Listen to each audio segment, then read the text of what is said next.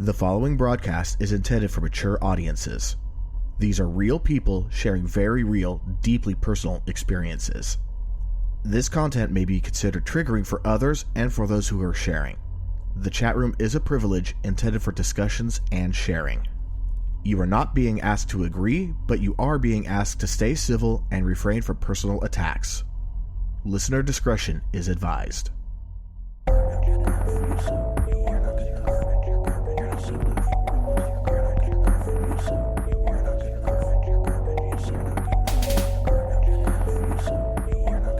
Welcome back to Am I Mental?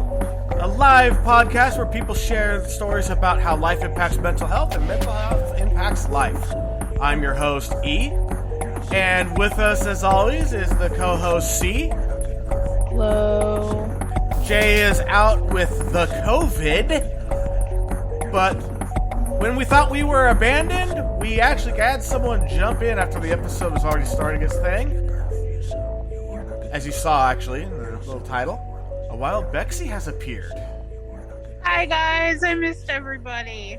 So, you're actually a guest this time, not a co-host. Yeah. Well, Been a while. you know, it has been a bit, but I was feeling pretty decent, today, and there's always flare-ups and symptoms and stuff like that, but I'm all right. So I was like, yeah, I'm just going to jump in the podcast and be like, hi, surprise, I'm back. At least like for a a day. bad penny. I'm like a bad penny. I just keep turning up over and over and over again. I wouldn't call you a bad penny. There's a lot of things I would call you, but a bad penny's not one of them. Yeah, I don't even want to hear what you would call me. No.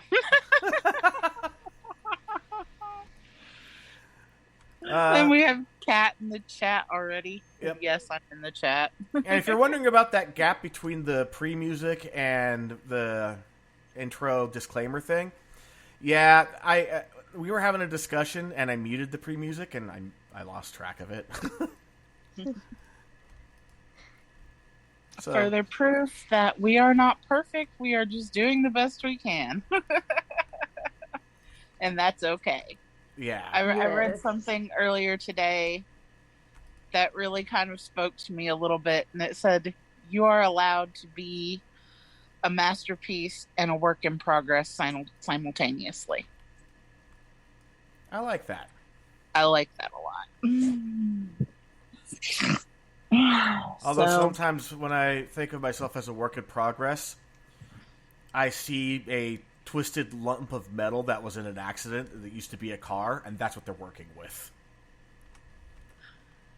I've felt that way myself too. Recently, I've been struggling a lot, having just a lot of negative feelings toward myself and life in general and everything, and it's been difficult. I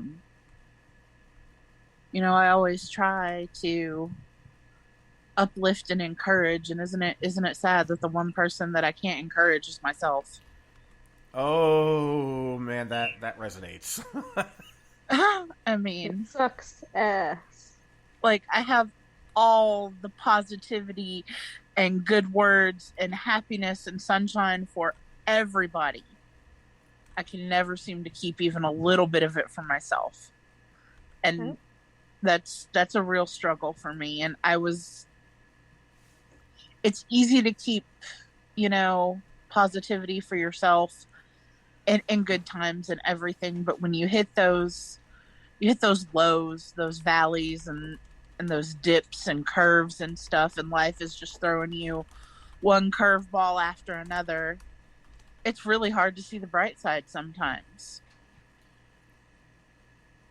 Yeah. And I've been struggling with it lately. I'll admit that. It's been really difficult. I've had some We've had some financial difficulties, which hasn't helped anything. I've had some difficulties personally with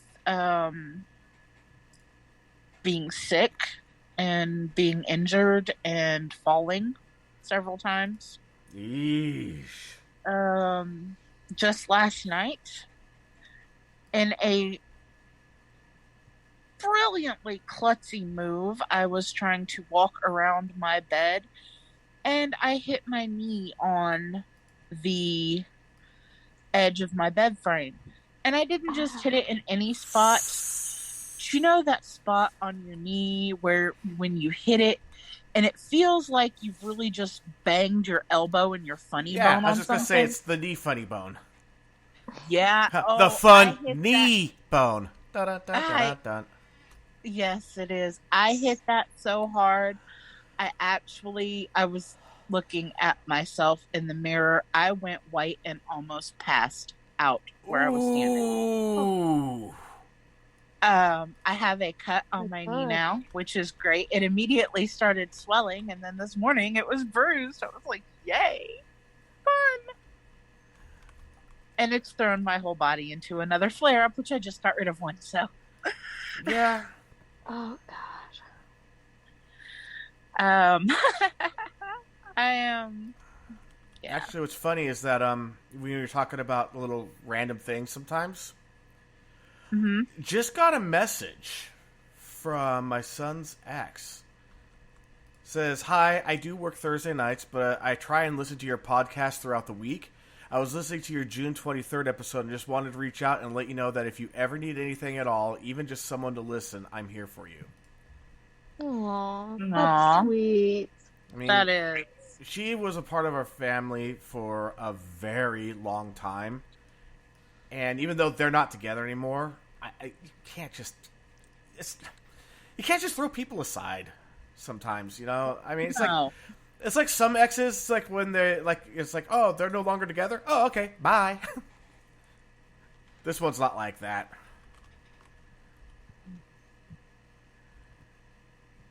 Yeah, it's Sweet. you know, there are some people that no matter what the status of, you know, the relationship with the people around you, you keep them. Yeah. You know. That's why I'm keeping you, you know. I don't care if you're a podcast host or co-host, guest, whatever, still keeping you. I know. Yeah. I'm keeping you both. And Jay too. Even though, you know, I haven't gotten to know her as well as I know the two of you, but I'm still keeping her too. You could keep her.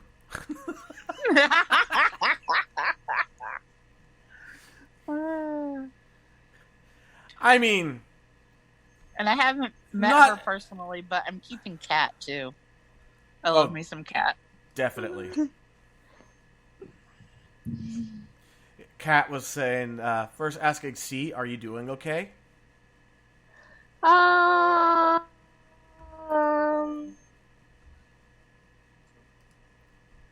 Yeah, I feel that. I could be better. I could be a lot better. Oh, What about wild you, Kat? Oh, dog. Oh yeah, my old doggy came in here. Come here, little What girl. about you, Kat? Also, Yeah, how are our listeners doing? I'm wanting to know about that too. let's see what else was said. Hey, Oss is on. Hey, sorry I haven't responded to you about the jobs thing. My mental health is kind of in the toilet right now, and I don't know that. I mean, I'm having troubles even doing my current job, and I don't want to try moving over to something new when I'm not ready. You know what I mean? And there's nothing to say that I even really want to go. I just want to explore my options. Because I do like what I do now. Sorry for the commotion with my naminals. So Kat was saying that C's opening greeting wasn't as usual. And also called the knee thing, the not so funny bone. Mm-hmm. Not so funny, bum. And Yeah. that's an interesting observation. I didn't even notice that. So, back when I used to do taiko, probably one of the most painful things that you could ever have happen, and anyone that's played taiko, they know this, is when you have a bachi, which is the drumstick. They're like a 1/4 inch in diameter. I think they're like 16 inches long. Having one of those smack a knuckle while you're holding it. So you're sandwiching your knuckle between them. Yeah, that. No! Oh. Everybody does it, and it is hell. That just sounds horrid. Oh, it is. The knuckle breakers. Yeah, basically. Wow. It's basically fuck this knuckle in particular. Yeah. Yeah, somebody told me last night, they're like, don't you know you're supposed to use your little toe to find your way around furniture? And I'm like, my toe took the day off, apparently, because my knee got the full brunt of that one. Yeah, but the little toe, man, you break that. Have you broken the little toe? I've never broken any bone. As klutzy as I am, it is hard to believe I have never broken a bone. Well, congratulations. I have chipped a bone, I have fractured, and I've had a full break. And my full break was a little toe. Literally the most painful thing I have ever felt in my life. And it turns out that the only bones that tend to hurt more than your little toe is like your femur and your humerus. Oh. It is one of the most painful bones to break. And that is just not fair, because it's so small. And it's practically useless. I mean, it's not. Trust me, you have a broken little toe, you find out exactly how useful it is. Oh, I can't even imagine. Although, half the time I can't feel my feet, but I'm sure I'd feel that. Yeah, so I guess we're just going to have a little hodgepodge episode where we just kind of go through what the hell is going on. And if anyone wants, really. And for the listeners that are listening while we're live, if you'd like to jump in, just let me know. I'll send you a link. These kinds of episodes are kind of fun when we just have a kind of random, someone jumps in and we just talk about whatever comes up. Oz says the little toe is the sacrificial toe. It's the one that had to go wee wee wee all the way up. Kat also said, just made my arthritic knuckles cringe in sympathy. Oh. Yeah, fortunately I never fractured a knuckle. I can't imagine how that would hurt. I mean, oh God, no. I already have issues with my hands. What don't I have issues with? I don't know that there's a part of my body that doesn't have an issue anymore. Well, that sucks. I know. I'm falling apart at 42. Your warranty expired. It did. We need a mechanic, quick. I gotta help maybe I Bexy. should answer one of those extended warranty calls. Hello, we're trying to reach you about the extended warranty on your boobs. No.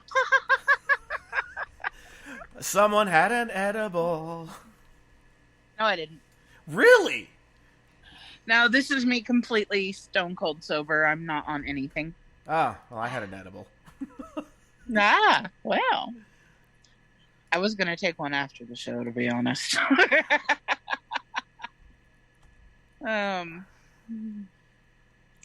Especially because these ones are, the ones that I have right now are super strong, and I have to cut them into slivers, and even a sliver makes me ridiculously goofy. That's I didn't want to come pretty on the strong. show. I didn't want to come on the show and be like, and be all wild and Like not that Tequila I'm not Wild? anyway. There is a difference between me being tequila wild and me being edible wild. With edible wild, you've told I'm me. going to laugh. I'm going to laugh at everything stupid. With tequila wild, I ain't gonna be laughing. I'm gonna be hunting. That's kind of why I mentioned it. I know. Yep. I know you know. Not personally, but I've heard the stories. Yes. Yeah, clarify that. I did. Yeah, I know. I'm sorry, my mind is... Yeah, anyway. But, It does not matter. It is in the past.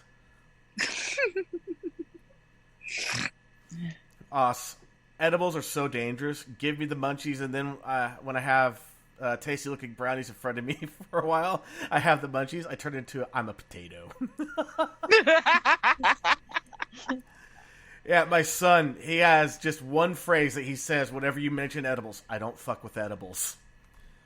He said he got paranoid stone off of edibles, and I was like, dude, you told me that you ate a custom-made, like, the whole cookie when you're only supposed to eat, like, a quarter. Yeah. Of course you got messed up. Oh, yeah. Wow. Yeah. A lot of people will say, they don't mess with edibles, and I'm like, because they're so complicated, it depends on, like, the time of day, your metabolism, what you've eaten, blah, blah, blah. It's like, yeah, but once you figure it out, it's actually pretty easy. Yeah, once you know what the proper, dosage is for you and your body and everything, it's not too bad. While mine are really strong, but I've got them to where, I know I know the size to cut mine into so that I have a nice experience and it takes away my pain, and I get a little extra giggly and laughy and everything. Weird things are funny to me when I'm on an edible, but it's okay, Yeah, exactly. I watched Forrest Gump on an edible last night. Okay, that had to be entertaining as all hell. It was. I mean, I have always found Forrest Gump to be a good movie. And there were parts of it that I laughed at. But there was, I'm telling you, as much as it made me laugh, especially I must have drank about 15 Dr. Peppers. And then he's like, so great. I have to pay. I believe he said he had to go pay. Yes. I was laughing so hard at that. And then it hit me in the ass, though, at the end when he's standing and he's talking to Jenny after she's passed away, and he puts the letter on the grave for little Forrest. And you got hit by the feels. Oh, I got the feels bad. Oh, it was so bad. Yeah. So I actually did do one thing good for me yesterday. What was that? Friend from out of town was here and wanted to go do karaoke. Now, I have been so down. I was like, I didn't want to go do anything anywhere with anyone. But I was like, you know what? There's been time periods between visits that have lasted years. So I went. And actually had a pretty decent time. Good. Did Coming Undone by Korn and The Humpty Dance by Digital Underground. Oh, nice. I would have loved to have seen that. Tell me somebody took video. Unfortunately, no. Damn. So Oz just said, I'm such a lightweight, though. For flour, if you smoke in the other room, come into the one I'm in and fart, I'll get a contact. Snoop Dogg smokes so much. And there it is. We knew it would be brought up. Yep. I almost said, full disclosure, whenever we're alone, farts come up. And within the first 20 minutes, there they are. But it wasn't us. It was a guest that brought it up, or a listener. So, I know. A little bit different, but, we'll take it. Yeah. And then, of course, Snoop, he smokes so much weed that he shits hemp. Oh my god. Like, he'll pull, like, when he drops a rope, it's an actual rope.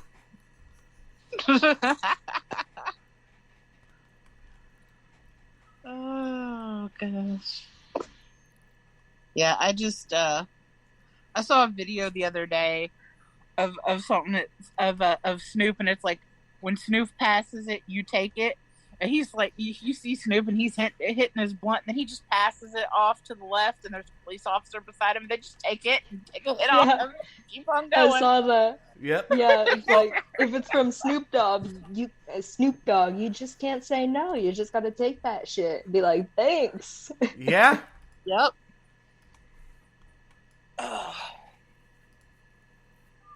And Oz just said farts will always be funny. And actually, yes. I'm in a Facebook group called I Love to Fart. And they actually asked, they're like, well, yeah.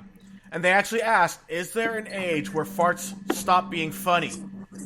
And one guy said, my dad, before he passed, he hit 102 years old, and he still found farts funny. So, no, there is no age where farts are not funny. Let me show you something. This is the size of the edibles I was given. Okay. This is how much I take.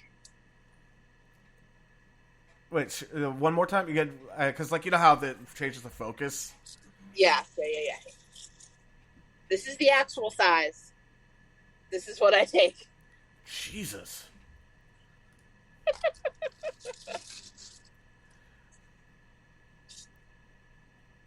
And down it goes. But of course, the one thing that some people don't realize, too, when it comes to edibles versus smoke, is the highs are different. Huh? Edibles are more of a body high. Yeah, you'll still get the goofy head and even, like, foggy brain, but it's more body than it is head, where smoke, it's more head than it is body. Cheers. What the hell was that?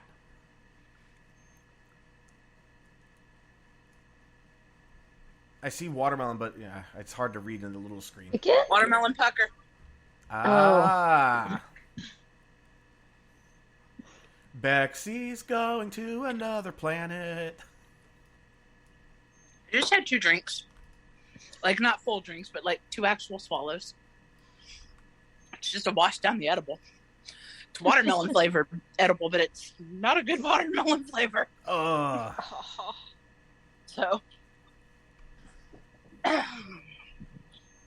yeah. So now all of my mental has just heard me self-medicate, so yay! You know, it could be worse. Yeah. It could be. And, you know, I'm not one for a lot of alcohol or anything like that, at least not anymore. So, yeah, it's like, when did I get to the point where, like, this is actually something that the guy that I went, you know, my friend, when we went out to karaoke, we got out around 8:30. We got to the bar, and we left at around 11. We were really starting to feeling tired around 10:30, but our songs were coming up, and, you know, we really wanted to get our last songs in before we left. And I was like, you know, when did it happen where we want to go home at 10 as opposed to we are starting to get ready to go out at 10? yeah, really. So when does that shit happen? Because, like, anymore, I swear it's like 8:30, and I'm sitting in my living room going, I can go to bed right now. Yeah. Like, You we know, used to party, you know, used to go out until 2 o'clock in the morning, you know, when the bars close and they kick you out. And then you go to Denny's until about 4 in the morning. And then you'd go home. Exactly. And you'd sleep and then until get up about in 3 7. hours for work. Right? And you just Roll rinse and out of repeat. bed and do it again. Now, just the thought of it makes me hurt.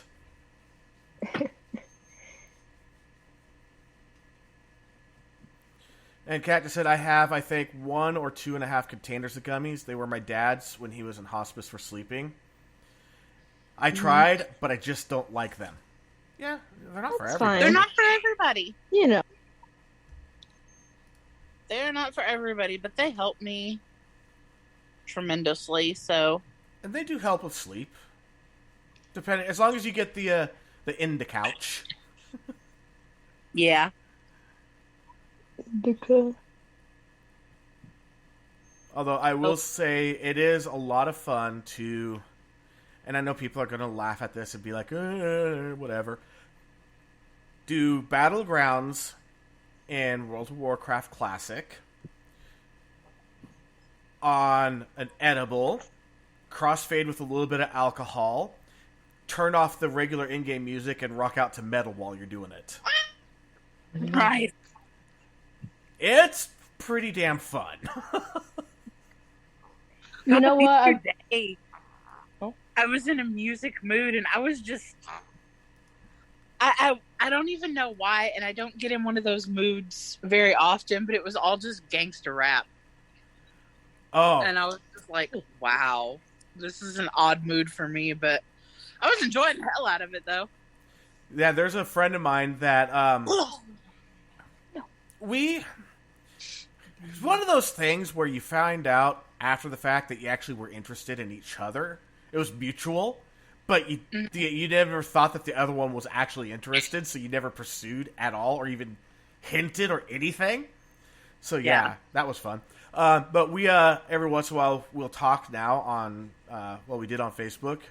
And we would go ahead and just start sending G-Funk back and forth to each other. It was a hell of a lot of fun.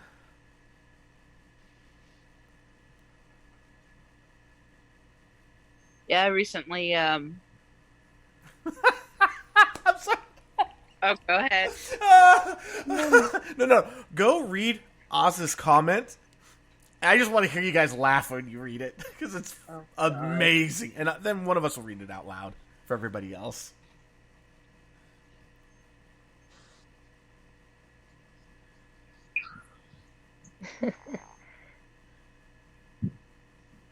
That's funny.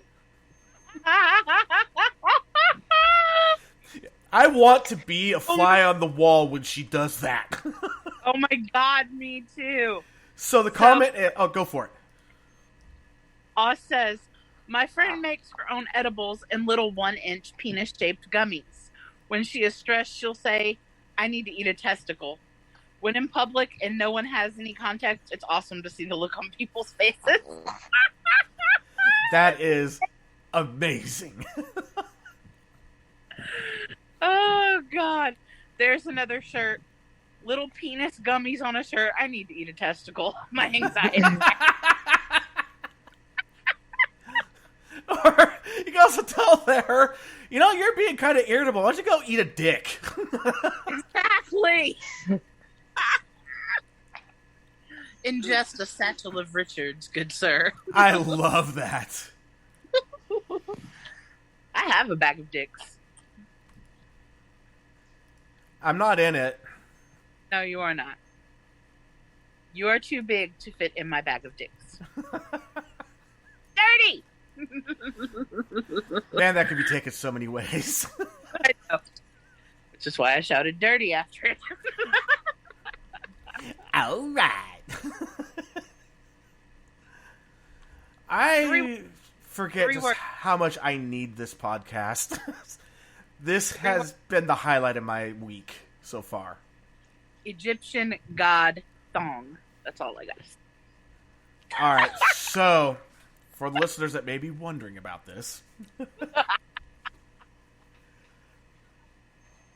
So this was during my last marriage. We were already having some issues with our marriage. But, I am faithful to a fault. That's just who I am. I'd rather be that, honestly, than the other. Anyway, took a trip to Nebraska for work. Most people don't take a trip to Nebraska because of their want to for vacation, even though I would. I actually really enjoyed my time there. Anyway, so we go to Omaha, and I'm working at this hospital because I work for a hospital automation company, and they put us on my group on the pediatric burn unit, which they didn't tell us what unit we were going to until we got there, for obvious reasons. No one's going to volunteer to go see a bunch of kids that had been burned. That's just, yeah. Well, the first night we go out to a pub. Our local supervisor took us out, and what was funny is that the guy that came with me, he was originally from Wisconsin, and you could tell he's kind of a try-hard on trying to fit into California culture. It's like, he was almost a caricature of it. Meanwhile, I have this long-ass ponytail that goes to my waist. I'm wearing a t-shirt and shorts and tennis shoes with very low socks. That's just my normal. That's just my casual. That's just who I am.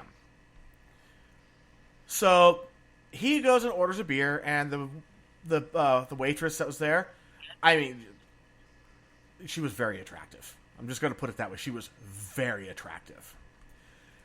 And she IDs him, looks at his ID, it's California ID, whatever, no big deal, hands it back. And then asks me what I want, and I order my beer, and then she asks for my ID, and she looks at it, and she goes, and she's turned, kind of shoulders, not squared up, kind of angled, which, shows the body language, not interested, just here doing my job. She saw the ID, turned and squared up to me and went, "You're from California?" And did a little bounce that made her, jiggle a bit. And I'm like, "Why, yes, I am." And she's like, "Okay, I'll go get your drinks." And then she leaves. And the other guy's like, "I'm from California." I'm like, "Shut up, Wisconsin. You wear it like a t-shirt."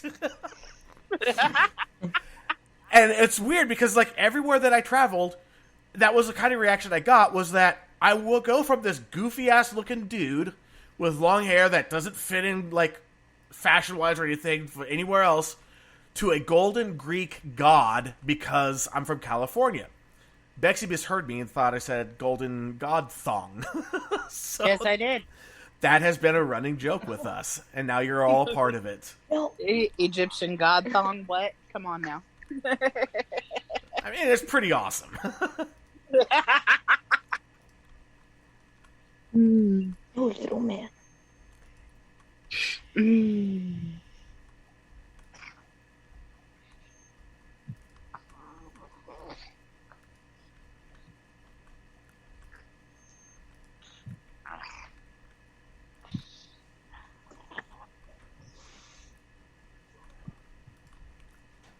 Oh, I found the perfect meme for me the other day. It says, "Person, which Disney princess do you think you are?" Me. And all it is a picture of Hey the chicken from...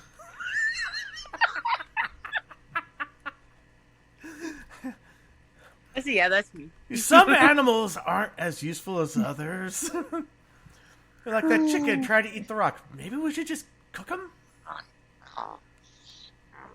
Your cat sounds like a dog, like a small dog that's angry. Yeah. I'm not gonna lie. I really thought someone was passing gas, and I just wasn't gonna say anything. No. It sounds like farts. This isn't the first time that the cat's been noisy on the podcast. Yeah, he has feline herpes, and apparently it does stuff to the respiratory tract. Yeah. He got it the moment we got it. He had it before we adopted him, because when we were looking at him, he had a bit of a sniffle and a bit of a sneeze. And they said, "Oh, that's normal. It'll just go away." Oh, he's going to be 2 this year, and it hasn't gone away. So the thing is about feline herpes, it's ingenious in how evil it is. The female will break out, full-blown breakout, while giving birth to her kittens in order to pass it to the kittens. Oh, that's horrible. Yeah, it could be dormant for the cat's entire life outside of giving birth. But while giving birth, if a female cat has feline herpes, it is pretty much guaranteed they will have a breakout. That sucks. That's so sad. It is. I mean, it doesn't really affect the cats too much. I mean, obviously yours has one of the worst case scenarios. But most cats, it's not a big deal. You know, it's just dormant. Right. Yeah. But he's a very happy, healthy little guy. He's my little man. He's very playful. He yells at me all the time. Yeah, Ryuk is my little talking buddy. He never shuts up around me. That's how my cat Bam Bam is. He just keeps meowing. That's this one. Talk. Watch this. Little baby. Little baby. Are you my baby boy? Kisses, kisses, kisses. Kisses, kisses, Are you my kisses. baby teacher? Little. Yeah, Ryuk, though, I just go, Ryuk, and he always responds, meow, Ryuk, Meow. Unfortunately, Bam Bam doesn't know his name, so he doesn't answer to really anything. Oh, there you go. Little baby. What, buddy? What? Oh, God. So it gets even funnier about that story about Asa's friend to go eat a testicle. Uh-oh. I was just with her at her mom's funeral last week at a Mormon church. She wasn't thinking and said it at the reception after, in front of her mom's bishop. His eyebrows almost lifted on his forehead. Oh my goodness. It's crazy. People either love you or hate you when you find out that you're from California. It made life super easy when I was in Kansas City, Missouri. But when I went to Kansas, people would just stop talking to me at bars once it came up. Yeah, it's true. You kind of have to go in areas where California is viewed friendly, like you go to Texas and outside of Austin, Texas. Yeah, you say you're from California, you're gonna get the dirtiest fucking looks. Yeah, You'll get the stink eye. Yeah, my brother and his family, they had to remove the California plates so no one would know. Because when their small town did know, that's exactly what happened. They started getting that stink eye. Yeah, no, what was funny is when I first got on internet chat, back in the days of Merc and IRC, people would always ask, age, sex, and location. So you just, the ASL. Toss in your age, male or female, and then your location. And every time I put in California, people are like, oh, do you live next to the beach? At the time, I was like, no, but I live at the base of a 14,000-foot volcano. Or, oh, do you know how to surf? No, but I know how to downhill ski and slalom. And blow their minds. There's more to California. All surfers. No, California is huge. It really is. And Northern California is so beautiful. That's where I'm from. It is gorgeous. I know. And Mr. Ballin screws up pronunciations for Mount Shasta. Call it Mount Shasta. Oh, Lord. I actually had a friend who was in middle school who was from California, and she was named after Mount Shasta, and her name was Shasta. Yeah, it's actually pretty common. I actually have a good friend. I need to catch up with him. Shastin. It's like Shasta with an N at the end. And a very common female name is up there as well as Shastina. Because there are two peaks, Mount Shasta and Mount Shastina. Oh. Yeah, there's a lot of people named after the mountain up there. It just, yeah. It dominates the landscape. It's weird in that it's it's like the hub of multiple chains, mountain ranges, but it stands alone. Mm-hmm.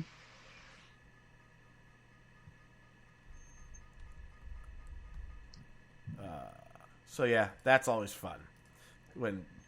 Excuse me. Woo. But together, the two peaks together make one of the bulkiest mountains in the world. Like, if you go around the diameter of its, not diameter, the circumference of the base, and then with the height, it is just a massive amount of, volcanic rock and ash. It is a stratovolcano. Ooh. Fancy. And then DeVern is in here. Says, try saying you're from California, Colorado. They will really love you since Californians are descending in that area. Yeah, there's a lot of Californians are fleeing California to go live in other areas. The big problem is that a lot of them are leaving because of the policies here. But then they go to the other states that are, like, not the same as California, and then they start demanding the same policies there. It's just like, yeah, okay, Stockholm Syndrome much? Yeah, well, I don't know. I am, I don't... Diverse saying, ruining the scenery because they're building too much. Yeah, that's Californians.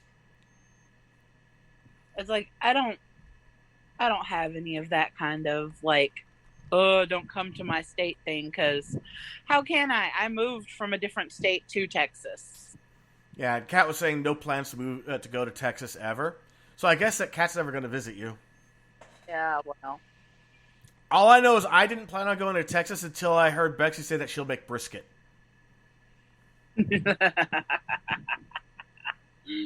Yes, I have a recipe I'm dying to try out for you. Jalapeno stuffed with brisket and cream cheese, wrapped in bacon and grilled. Texas Twinkies. Nice. Just got to be careful with the jalapenos. They if they start to turn a little bit towards the chipotle side of things, yeah, they don't burn going in nearly as much as they burn coming out.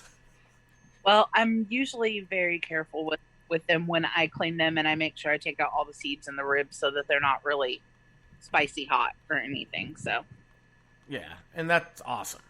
And I mean, also if they're still solid green, that's usually fine. It's when you start getting that hint of red, then they start getting mean. Yeah, I don't usually buy those. I learned a lesson from my sister who used to make, stuffed jalapenos by hand and everything like that. And that is, never do that with acrylic nails on. Oh, did someone get a prize? Oh, she made them and she washed her hands good and she thought she scrubbed them good and everything. Later that day, went to the bathroom, took care of some things. Let's just say we call her Hot Lips now. You just start calling her Houlihan, see if she gets us the connection. She would. Oh, good. And because I did.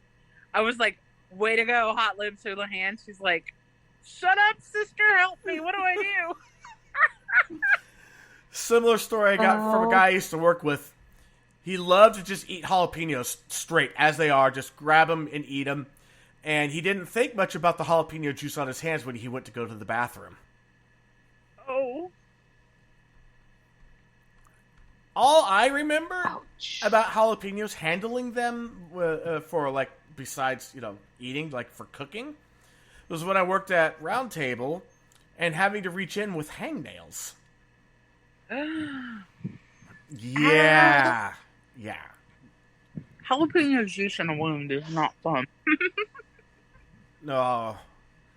They're not hot, but when you stick your hand into that, it's way too much. It is awful.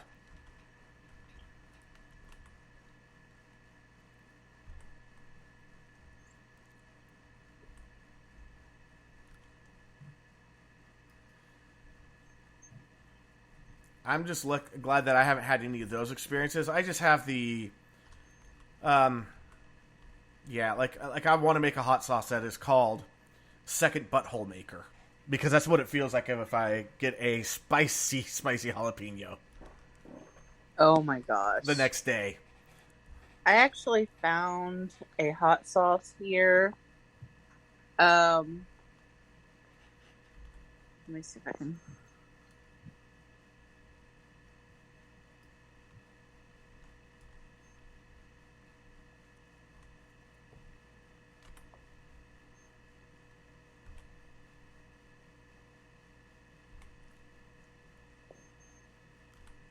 It was like Dr. Fart Pounders something or. Oh, God. That's amazing.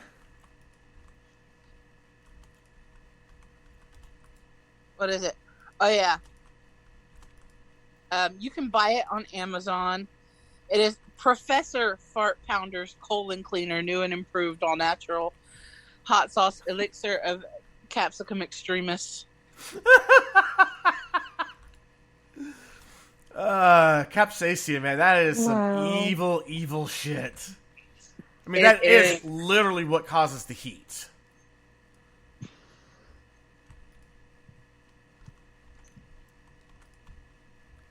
Yes, it is. It is. It's the oh wow. But it's also useful too for things like pain relief and everything like that. I mean, yeah, it's kind of funny how for like the people that have like severe like nerve pain, that the fix is let's go ahead and slather you with literally pure heat. Mm-hmm. That you get this in your eyes, you are going blind. If there's not, you might go blind. You are going blind.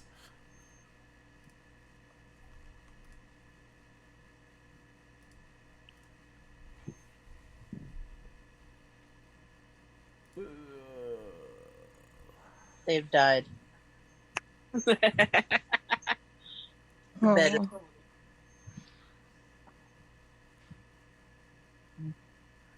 The blep. The blep. My dogs are all passed out around me.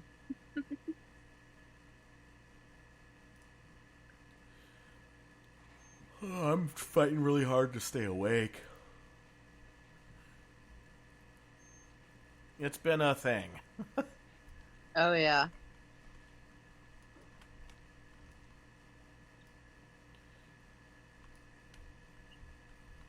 So,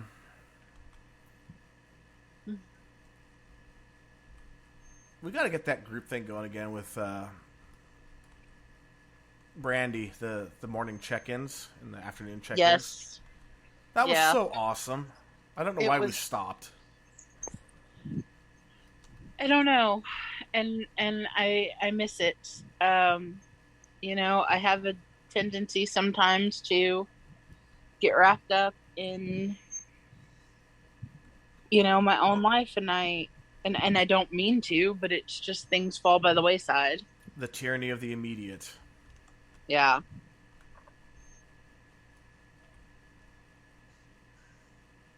It's like, okay, I have all of this that I want to do, but there are 2 or 3 things that are, you know, taking precedence over everything, so I'm going to deal with that. And then, you know, my Hashimoto brain, and I forget. And I don't mean... No, I mean, I know. I've seen what Hashimoto's will do to you. It is not pretty. And, like... And I'm glad that I'm able to learn, you know, I've learned about the mental aspect of it too. I mean, it really, it's not just, I mean, your brain is a physical part of your body. Yes, yes. And I, you know, I used to consider myself, you know, I would say moderately intelligent. And now I start to speak and words are lost and I can't remember them, and I struggle to complete thoughts on bad days, and it's really affecting me. I can't even read like I used to. I can't comprehend things like I used to, and that's breaking my heart. Um, that's why it's taking me forever to read some of the books that I'm reading right now. Because I have to go back and read the same sentence over and over and over again because my brain can't focus on it. And for someone who used to be able to finish a 600 or 700 page book within a couple of days, that's really discouraging. Yeah, I can imagine. I've never been able to read that many that fast.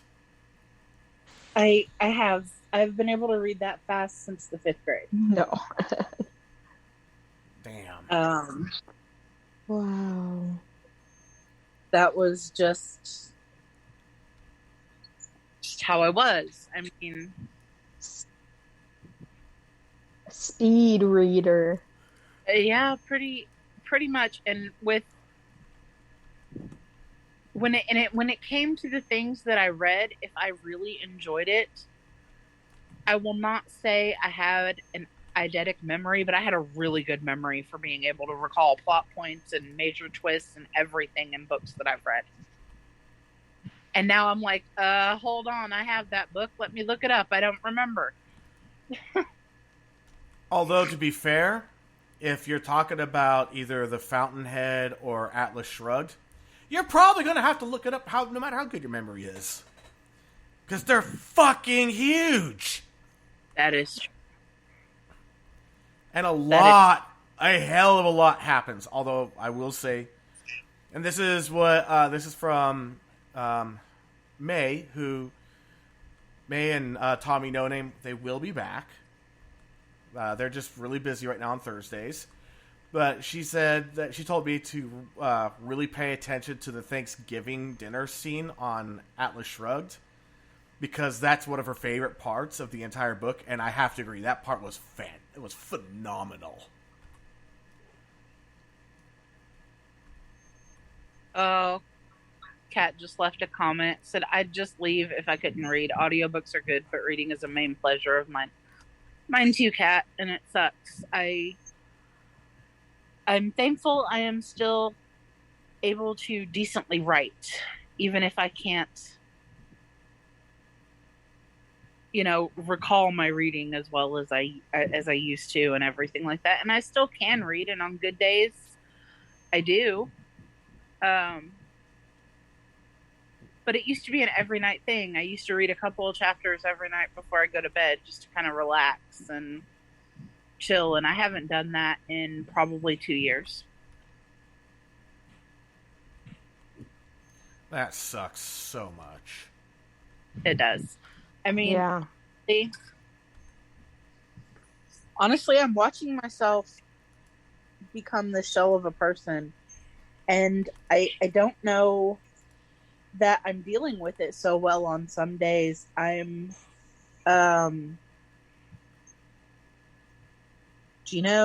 is so hard because I have watched this autoimmune disease steal things from me that bring me joy and pleasure. I've watched it steal faces and names right out of my head when I need to know them. I've watched it make me into a shell of my former self, and there's not a damn thing that I can do about it. When you don't have control over your own mind anymore, it's scary. That is pretty much my worst nightmare. And, to know that right now I'm having all of these issues with my memory at 42 years old, and then to know that Alzheimer's and dementia runs in my family pretty rampant. I'm scared about old age, Bexy. I'm going to be some daffy broad with no mind screaming about, bring me the chunky boy so I can pet it. Or, wondering where the fuck my edible is. Or, I'll be in be in the nursing home screaming hashtag boobs and nobody's gonna know what the fuck. If that isn't one of the coolest things ever just said. Well, I mean, if anybody's going to be in the nursing home screaming about hashtag boobs, it's going to be me. Yeah. I mean, maybe Minxie, but definitely me. Minxie, if you're out there, girl, I love you. I do too.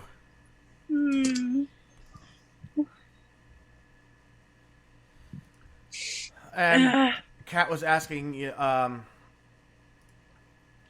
can you listen to books, or is it just too difficult to focus?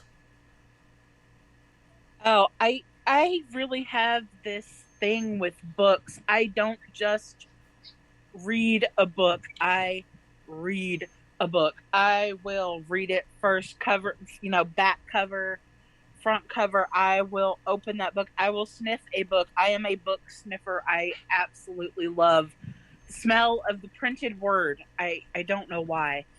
And there's something about the feel of the book in my hand and the sound the pages make when you turn it, and it's this whole almost religious experience for me. I hate audiobooks. I can't do them. I can't retain anything just by hearing it spoken to me. I need to see it down on paper. I need to read it with my own eyes. Meanwhile, I love audiobooks. But I also loved when in school teachers would read a book out loud. Like The Secret Garden. I still remember having that read to me when I was in grade school. Still a favorite book of mine. For the Taste of Chocolate, Indian in the Cupboard, Taste of Blackberries. That book, woo, even in 4th grade, that book fucked me up. Just to kind of give you an idea of why it fucked me over like that, or fucked me up mentally and emotionally for a while. If you've ever seen My Girl, you'll get it. I've seen My Girl. What happened is that the kid that is considered the biggest clown was allergic to a specific kind of beetle that bit him. Oh. And people thought he was just acting out. Even his own parents thought he was acting out, and he wound up dying in his own front yard. Oh my gosh. That's horrible. Night of the Twisters. Wow. I actually want to revisit that book to see if it is really as good as I think it is, or as remember it. Let's see what books fucked me up. Where the Red Fern Grows. Yes. One of my absolute favorites. I still own a copy of it. I reread it every once in a while. Every couple of years or so. But yeah, Where the Red Fern Grows got me fucked up. And I'm just going to say it as it should, because that is hell. I still remember breaking down and crying and wondering why the hell I'm crying over a book. Oh, well, because it's so powerful. Yeah, I was still learning about the power of books at that time. Yeah. No one warned me that, oh yeah, the books, you could get so attached to the characters that you will have these issues. I would have loved the warning. I still would have read the book, but at least then I'd understand. Instead of going and hiding in the corner of a room, hoping that nobody else notices. Mm-hmm. I mean, I cried when I read Charlotte's Web. Yeah, Templeton. He gets you every time. Yeah. I cried when I read the last book for the Hunger Games. I can believe that. I cried I was when also I read Harry Potter. To be expected. So I was also laughing at the same time because my mom walked in and she was like, "Why are you crying?" And then I felt so ridiculous because it's like Like you said, I got so invested, I was just crying on my bed. Like, Yeah. Oh gosh, I'm trying to think of what else really got me all torn up when I was reading it. A book that I still haven't finished, and I probably never will. Toxin. My daughter was the very same age as the guy's daughter in the book, and yeah. If it wasn't my dad's book, that book would have gone sailing through the air. Yeah, I've only thrown a book one time when I was reading it. And I threw it because I was so physically repulsed and disgusted by what I read. That's a good writer. That I could not continue this book. Not for a while. I threw a hardback book across the room. oh, Because it got so in my head, and the imagery was so powerful. I couldn't. So once you finally get into Wheel of Time, book 2. Yes. There's a scene near the end of the book. A character that I'm pretty sure you're going to just fall in love with is going to rip out your heart. Oh, fuck. But not in a bad way. Mm-hmm. You know, it's still a good way, but at the same time, it will rip out your heart.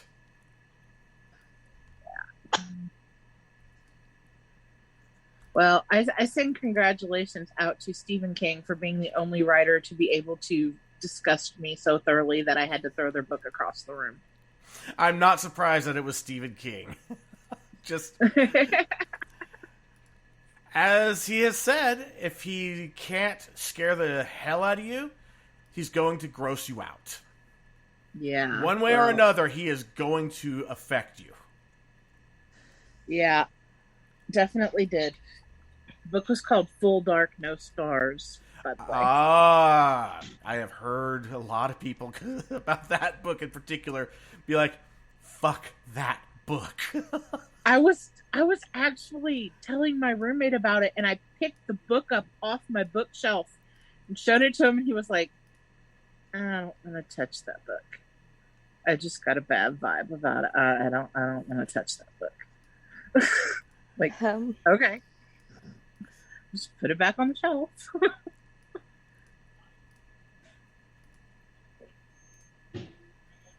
All right.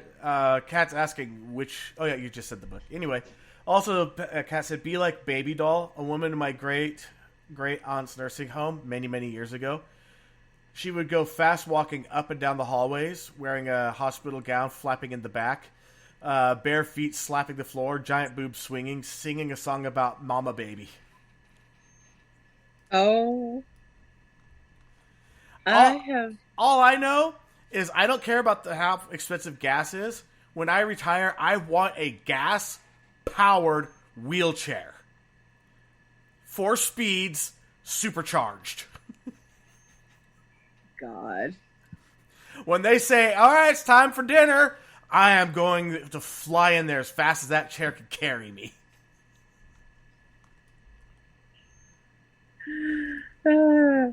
Great. You're going to be one of those, Mr. Roth, it's time for your shower. Speed down the hallway away from everybody. I don't want a damn shower. And thanks for the name drop. The last name.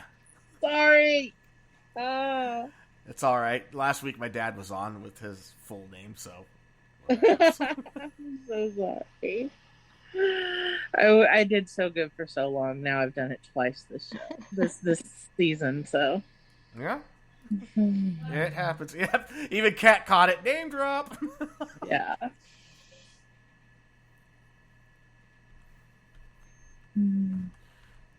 So, any plans for this summer? What's left of it? Well, I have plans to stay indoors in the air conditioning for as long as I possibly can because I spent about 2 weeks without air conditioning and it was sucky. And the heat was over 100 and some degrees. And yeah, fat girl no likey. Yeah, I don't think it has anything to do with the fat. I think that just has to do with that sucks. I don't care who you are. That sucks. Like anything over 90 kind of sucks. But then you get over 95 and it's just like, ugh, yuck. Over 90 outside? Sure. Can totally deal with that. Over 90 in my house? Please shoot me now. Yeah, it was definitely one of those situations. It was pretty bad. Like, I genuinely don't mind when it's like 90 degrees outside or more. Yeah, and I could go outside for hours. Outside. I want it to be 68 in my house. See, that's the temperature I like, and I get yelled at for being a polar bear, and I'm trying to freeze everybody, make them sick. No, I'm just... No. I'm just trying to not melt in my own house. That's a comfortable... 68 to 70 is a comfortable temperature for me. If it gets lower than that, then I start to get cold. Somebody here turned the thermostat down to like 65 one night because that's supposed to be like optimal temperature for sleeping and the best sleep. And yet you froze your ass off and went, nope. Oh, I did. I did. I woke up with a sheet and 2 blankets over me. I never used 2 blankets, and I was still a frozen Bexy sickle. So yeah, that was like, nope, 68 from now on. Wow. So my wife likes to set the temperature indoors 76 to 78 during the daytime. Good God. But we can go down to 70 at night. And then she wonders why I try to go out to the office as much as possible. Well, it might have something to do with the fact that I'm comfortable in the office. This is a freaking sauna. I couldn't do that.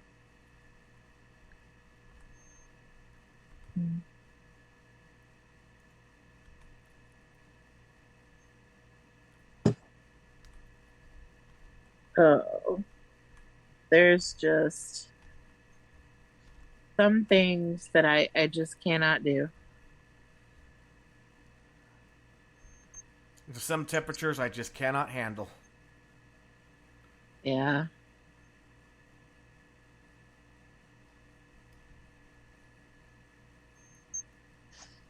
Yeah, there are some temperatures where like you said, 90s outside, not so big of a deal. 90s in my house. Actually, I will tell you this, in the summertime, anything over 75 in my house is just too fucking hot. I don't want it. Yeah. Fair enough. And then one of my friends right now, what they're dealing with is they have to do a lot of driving this week. The AC in their vehicle is out, and it's supposed to get up to like 114 in their area. Yuck, and that's going to be even worse inside of a hot vehicle. Yeah, even the 265 AC is not going to work. Roll down the 2 windows and go 65. Yeah. Yeah. That's not going to do anything, because it's still you're just stirring really hot air at that point. Yes. Which is basically all the fans did for us when we had fans on in the heat and no air conditioning. And they just blew around the hot air. And I was like, ugh. The one thing you could do that could help a little bit is get a bottle on the mist setting and mist yourself and let the stirring air actually help the evaporation. That might help. I did do that, and I actually put some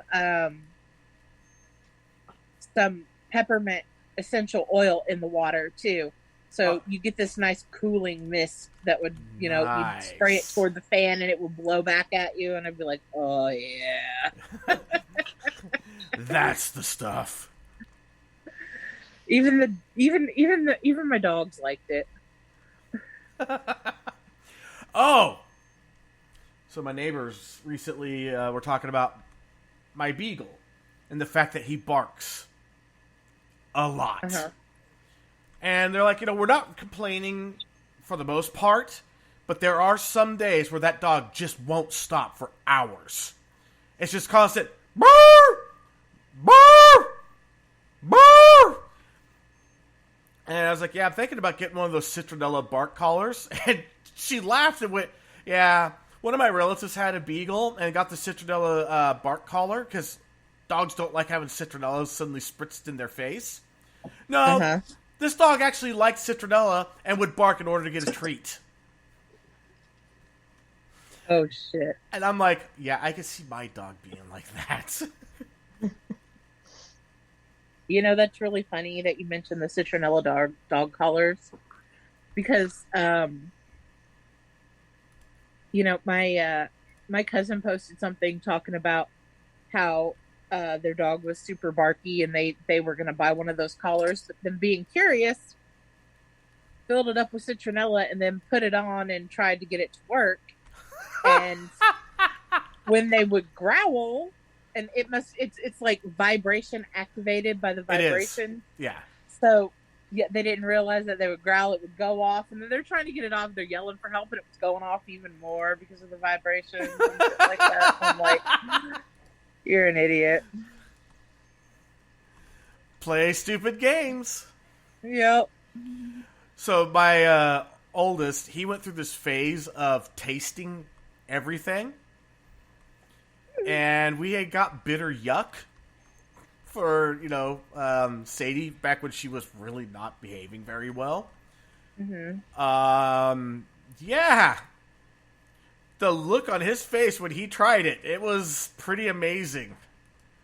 I think my favorite part was the fact that after words, like, the taste stuck.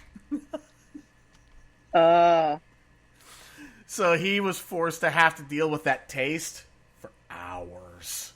Yuck. See, that's why I did a shot of watermelon pucker after that little sliver of gummy, because there's something in there that tastes a little bit bitter, and it lingers on your tongue forever if you don't wash it. That would be the weed. Well, no. It's not just the weed. It's like, it is not like, I have had these edibles aren't made with actual flower. These ones are made with THC distillate, and there's something in there that is a little, well, like it's not. I don't know what it is, and it could just be the way that this dude makes them.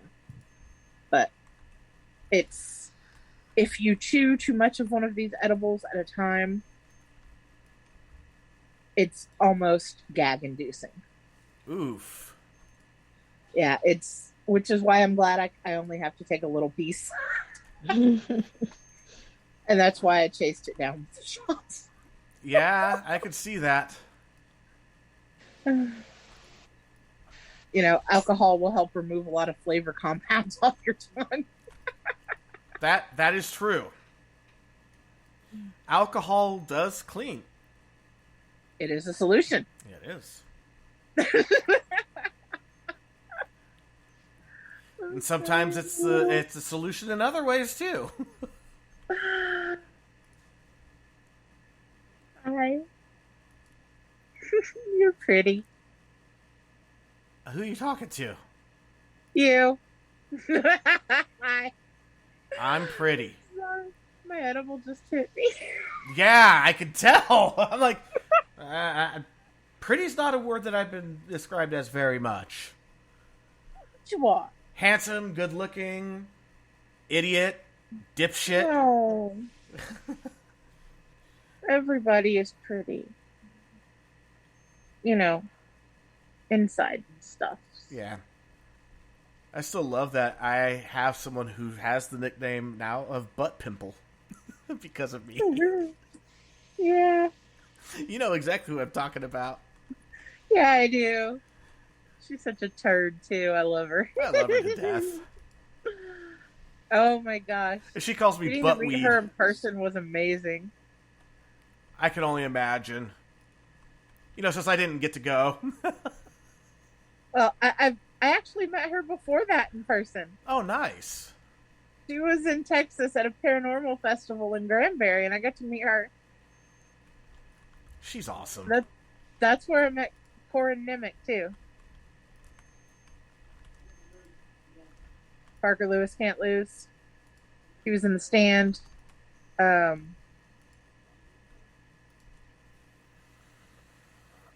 was on Supernatural. He was a demon.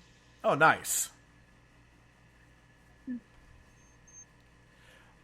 I'm still curious about the Winchesters. I am very curious about that. Although... Is Kripke part of it? That's my question. I don't know. Because if he's not, then my interest falls sharply. I am finally watching season 3 of The Boys. I haven't even started it yet. Oh my God. Let me just say that they slow roll it. I'm waiting until all the episodes are out, and then I'm going to binge it. I can't deal with the slow roll. Oh my God. It's killing me right now. I didn't watch it. There's like 7 episodes out right now, and I just started watching it this past weekend. Did you at least watch Diabolical? What is that on? It's The Boys, Diabolical. They're little animated shorts. Oh! Okay. And the second episode was done by the creator of Rick and Morty. Oh my God, yes. Yeah, each episode's different it's a different story from a different part of the same world. And it's basically Looney Tunes gone R-rated. It is amazing. Wow. I'm going to have to check that out. It might be the single greatest thing I've ever watched. This season of The Boys has been... Oh my fucking God. That sounds about right. No, like even more so than the other seasons have been. Oh, I'm not surprised. Like, season 1 was basically prologue. Season 2 was more about, I think, just setup. Yeah, it just felt like a setup season. I mean, there was good stuff. There was some story. I mean, there was some really good stuff. But it felt season. Season 3 is...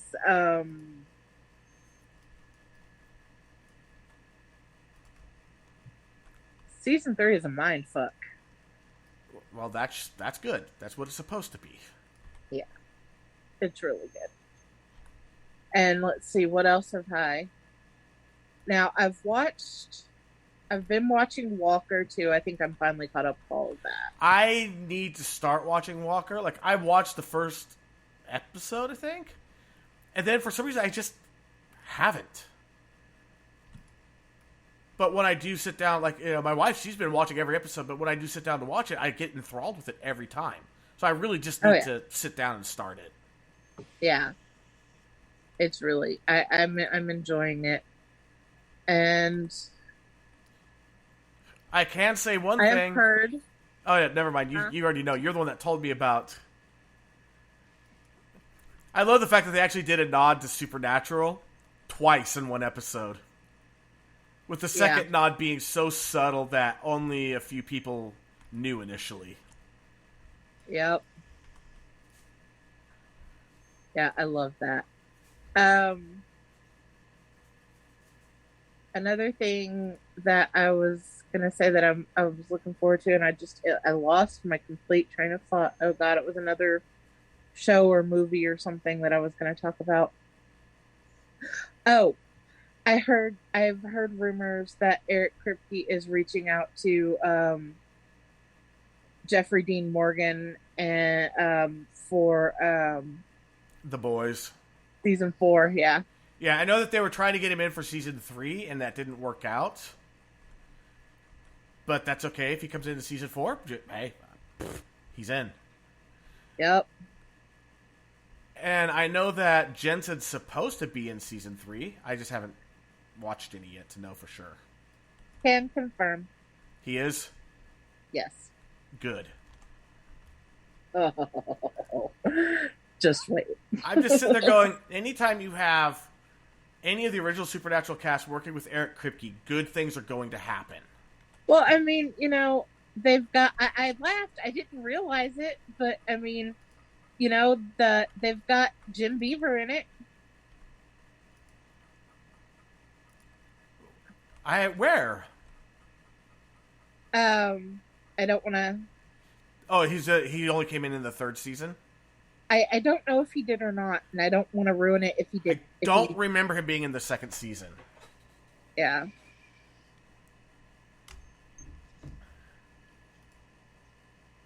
This is how we cope with having bad days. We talk about little nothings. Yeah. And it always helps. It does. Although today I picked up Aubrey from school, and she was pretty mad at me. Yeah. I don't know what I ate. Oh. But she couldn't hang out with me for very long, for any long stretches of time, so she was a little irritated by that. She was hanging out in the other room in eyesight of me.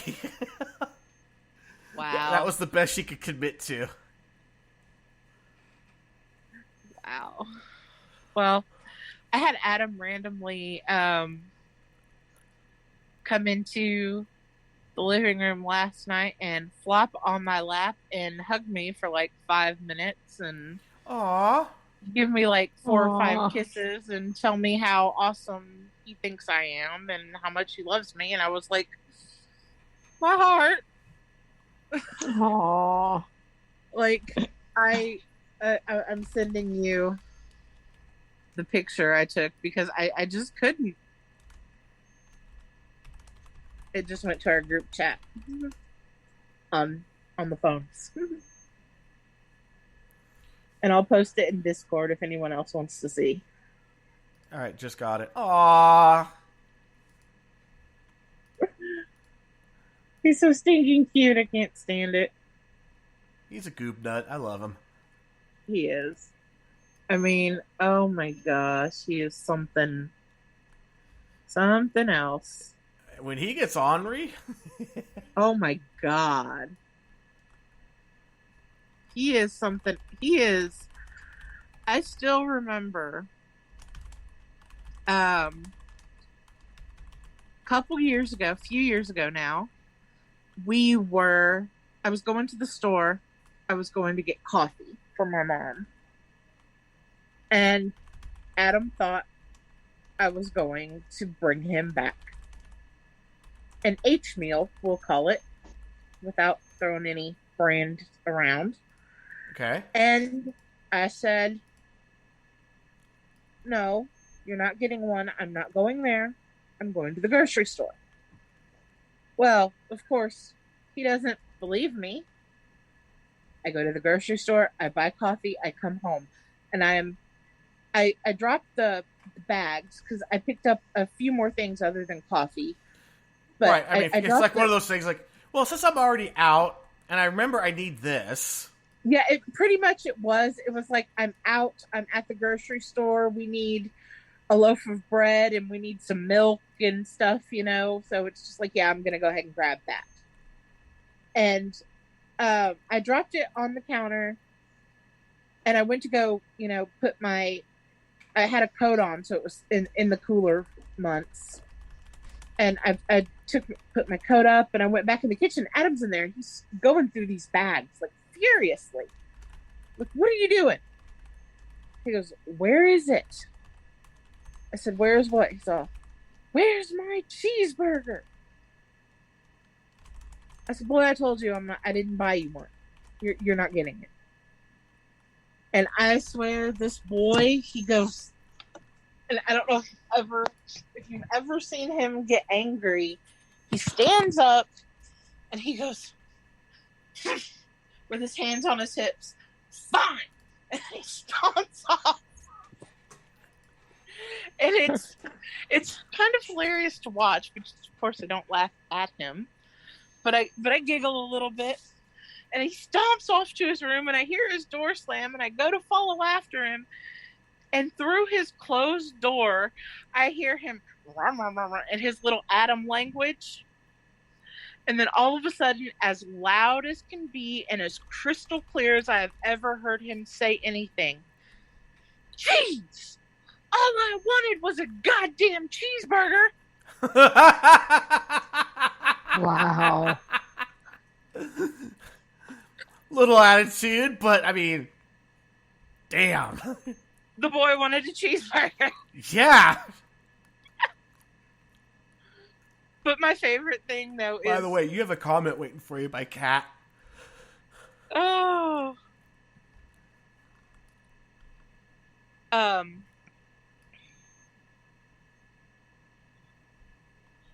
They, I'm trying to find it. Oh, Kat. Well, you gotta read it out loud now. Yeah. Kat says strains her brains trying to figure out what an H meal is. I'm typing you the answer now, Kat.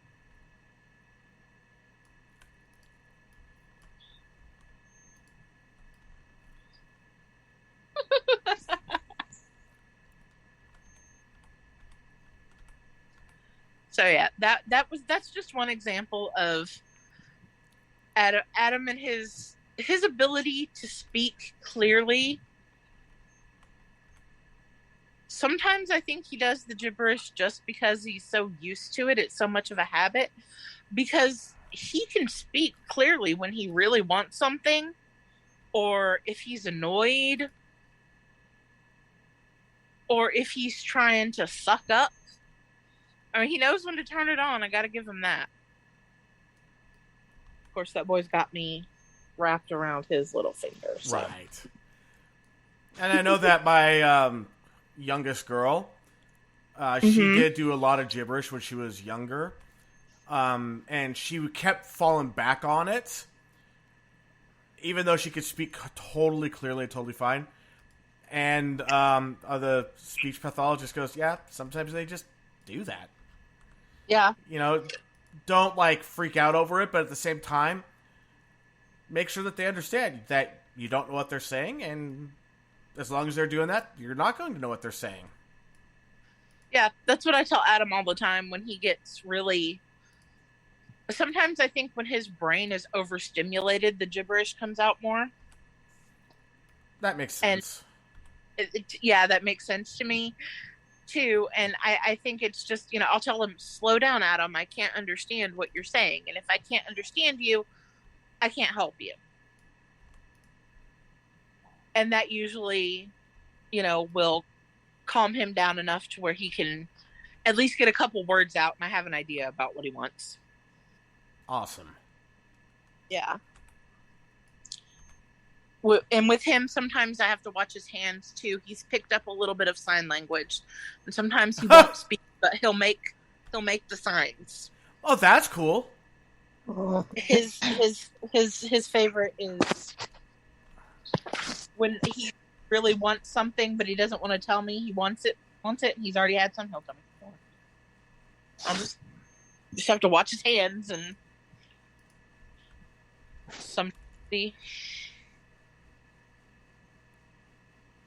sometimes he lets you know without realizing he's doing it. 'Cause I don't really think he does it.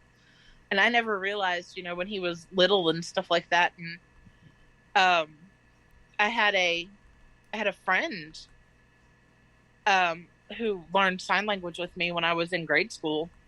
And we just knew some basic stuff and everything, but I'd always do some of the basic things for Adam, like eat and more and, right, you know, sit down, a few other things, you know. He picked those up, and I never even, you know, thought about that. But even if he doesn't do it consciously, at least subconsciously, he knows that I'll know what that means, you know? Right. And I think that's pretty cool. There's so much about the mind of kids like Adam, and, that we don't know because they can't fully express it, and Right. you can't. They can tell me that his IQ is below average, but I look at what he does and what he can do every day, and I call complete bullshit on that. And he may not be able to communicate. That doesn't mean that he's dumb. Exactly. I mean, who knows what he would be able to tell us if he could properly speak and, had more, who knows what thoughts are going on in his head. I'm always surprised with something he comes up with. I remember one time I came in from somewhere, and he came out of the bedroom and he gave me a hug and he stuck his hand out. And I said, "Why do you have your hand stuck out, child?" And he goes, "Come on, give me." Okay. "Give you what, kid?" He's all, "The M&Ms in your pocket." Did you have M&Ms in your pocket? I did. I had a bag of peanut M&Ms in my pocket. They were for him, but there was no way he could have known that. I didn't. How did you know? I smelled them. Actually, do you know what? He didn't say I smelled them. What he told me, I said, "Adam, how did you know I had those?" He goes, "My nose knows." Ah, I was right. What, Adam? Hi, baby. Go to make it funny and turned out it was true. Yep. Kind of like the one time I was working at a restaurant and we took orders from over the phone for pickup or for a dine-in. We didn't have delivery. It was pizza. And one time it was just a slow day, and I just blurted out, "Can somebody please answer that phone?" Because I was going to do the whole thing like okay, fine, I'll do it. Pretend to grab a phone. "Hello?" Just as a joke. I said, "Will somebody please answer that phone?" And immediately the phone rings. It hadn't rang in an hour. You put the juju on it. Yeah, of course. Then I go, "Yeah, I meant to do that." I knew that was happening. Of course I did. It was too perfect not to, right? Exactly. Although I'm sure the way my eyes bugged out when it happened was a dead giveaway.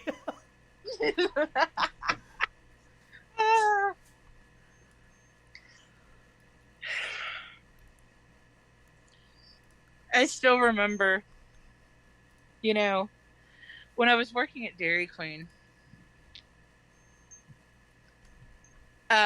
we got comments that some of the people in the drive-thru needed to be friendlier. Okay.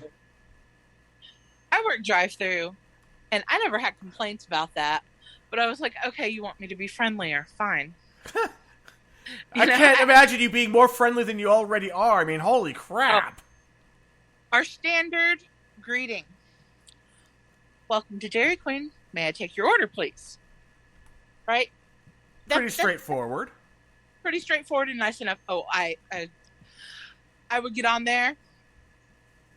"Welcome to your local Glen Rose Dairy Queen. My name is Becca. How can I take your order today?"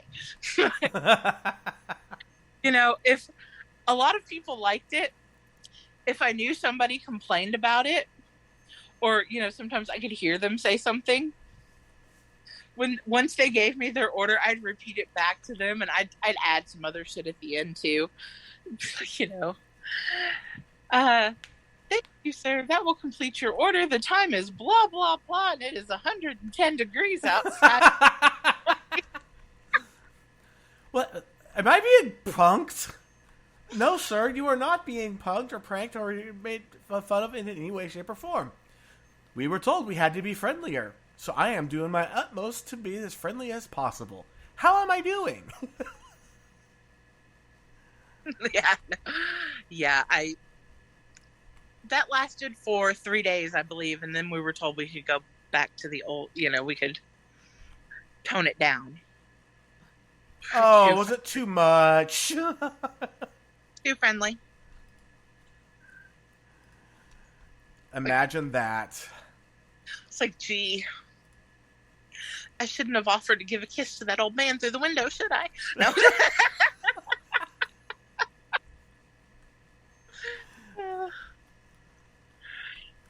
I mean, I don't know. I work drive-through there, and I waitress there. I mean, that's... I love the fact that we had the headpiece that, you know, I had a thing I had to wear, but, you know, had the battery pack with it or whatever, and I could walk around the restaurant. So I was just the one taking orders. The other person who was at the register is the one actually punching it in, sending it back to the kitchen. Right. And calling it back if they have to or whatever. So I was free to walk. So I would be taking out orders outside for the people and things like that. And they're like, I remember doing that one Christmas and I was wearing reindeer antlers in lieu of the stupid Dairy Queen hat that I hated. They're like, you have to wear your employee hat or some kind of Christmas headdress. I immediately went to the dollar store and bought every kind of Christmas headband I could find because I hated that hat. I just throw my hair up in a ponytail, stick the headband in. It's like, hey, you said I could wear something like this or the hat. I'm gonna wear this all December long. I can believe it too. But I have antlers on one day, and I was taking an order out, and I didn't see who ordered it. And as I'm taking it out to the person waiting in the parking lot, I'm walking toward the car, and I see them start laughing, and I realize they've been hunting. There's a big buck in the back with antlers sticking up and everything. I don't know if, you know, it was, must have been hunting on their own land or whatever. I don't know, but yeah, so there they are with this deer, and they're like, and I just, you know, looked at it, and then I smiled at him, and he's like, well, I'm sorry, ma'am, this must be awful awkward. Did I get one of your relation?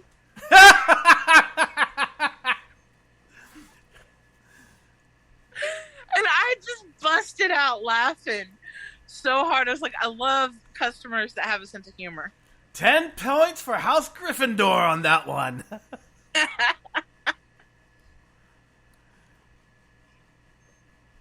Okay, so Peacock is exclusively streaming The Bad Guys, DreamWorks' new creation. Now that Shrek's pretty much been run into the fucking ground. As much as I love the first Shrek, and some of the little stories and some of the sequels, it's just, you know, after a while, it's just like, okay, it's Shrek. Do you guys have anything else?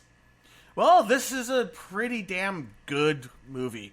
I enjoyed it more than I thought I would. And, I mean, even though it's fairly predictable, it's still twisty enough. I mean, it definitely is twisty for the intended, like, the target audience. But I enjoyed this movie so much. Like, holy crap. I knew I would probably like it when I first saw the commercials. I didn't know I was going to like it as much as I did. Highly recommend it. Mm-hmm. That's awesome. I kind of feel like we're running out of energy on this one. I feel, yes. I have some of that in the couch in me. No, just lay back into my pile of stuffies. Okay, so I know I've been mentioning that we were going to have the person come on to talk about anorexia. Mm-hmm. They have now been in, I guess the best way to put it is like a therapy for now 2 weeks. They are they're in good spirits, but let's just say that they're definitely not in very good shape. They had to go to the ER not too long ago because of their heart. After all, when you don't have any body fat, your body starts going after muscle. And the heart is nothing but a muscle. So eventually it does go after the heart too. So yeah. They do plan on coming on once they get settled in and all that. They're like, I only have, literally our podcast hours every day that I'm not having to be part of the therapy. Otherwise, I am inpatient. And it's like, we can try to work something out. I'm like, I don't want to take away all your family time, even for a day. Because I know how much your family means to you. When you get out, and you will get out, we can go ahead and schedule it then. In the meantime, fucking work it. Rock it. Everything they ask you to do, do it to the best of your ability. Like, all the fucking love and support to her in that. Definitely. So yeah, we do have a little update there. She initially went in, and then she missed her kids so badly that she went home. And she almost got, like, the whole thing of, well, insurance going, yeah, we're not going to let you go back again, because of this. Well, she talked to them when they worked it out, and she's back. And this program's working this time. So yeah, I'm very happy for her. Hope that we can get her on. But right now, I'd rather that, we make sure that she doesn't just spontaneously up and die on us. Yes. And our thing has always been, you have to take care of yourself. Exactly. Always, always, always take care of you. Yeah, the podcast will be here. They can wait. Yes, I have to poke myself in the head and tell me to listen to my own advice. Yeah, I do that every once in a while. Like, she'll do a post where she's getting down on herself, and I will literally link one of her previous posts where it's like exactly what she needs to hear. And I go, a wise person once posted this video. You might want to check it out. Yeah. Doing it the only way I know how. Ooh.